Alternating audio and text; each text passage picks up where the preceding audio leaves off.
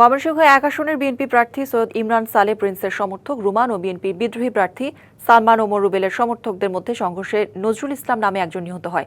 সেখানকার সর্বশেষ পরিস্থিতি জানাতে যুক্ত হচ্ছেন সহকর্মী ইমরান হোসেন রাব্বি।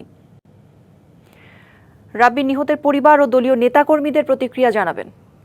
আসলে আমরা গত সন্ধ্যায় যে ঘটনাটি জেনেছি যে এই ময়মনসিংহ ১ হালুয়াঘাট এবং ধোবাউড়া আসনের যিনি বিএনপি মনোনীত প্রার্থী সৈয়দ ইমরান সালে প্রিন্স, তার সমর্থক রুমান এবং এখানকার যে বিএনপির বিদ্রোহী এবং স্বতন্ত্র প্রার্থী যে সালমান ওমর রুবেল রয়েছে, তার সমর্থকদের মধ্যে একটু বাকবিতণ্ডার ঘটনা ঘটে এবং একই সময়ে সালমান ওমর রুবেল যিনি স্বতন্ত্র প্রার্থী, তার একটি বাজারের স্থানীয় বাজারের দলীয় একটি নির্বাচনী অফিস উদ্বোধনের একটি অনুষ্ঠান ছিল। সেই অনুষ্ঠানে তার সমর্থক নজরুলের ওপর মূলত হামলা চালায় সৈয়দ ইমরান সালে প্রিন্সের সমর্থক রুমান এবং এই ঘটনায় গুরুতর আহত হওয়া অবস্থায় নজরুলকে স্থানীয় ধোবাউড়া উপজেলা স্বাস্থ্য কমপ্লেক্সে নিয়ে গেলে কর্তব্যরত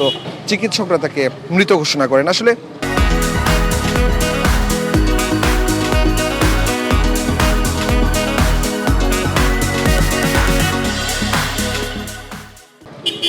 এই ঘটনাটি কিন্তু ময়মনসিংহের যে 11টি আসন রয়েছে সেই 11টি আসনের প্রেক্ষাপটে প্রথম ঘটনা নয়। নভেম্বরের শুরুর দিকে যখন বিএনপির পক্ষ থেকে দলীয় মনোনয়ন দেয়া হয়, সেই দলীয় মনোনয়ন দেওয়ার পর ওই সময়ই বিদ্রোহী প্রার্থী যারা হওয়ার কথা শুরু হয়, গুঞ্জন শুরু হয়, সে সময়ই কিন্তু ময়মনসিংহের যে ঈশ্বরগঞ্জ রয়েছে,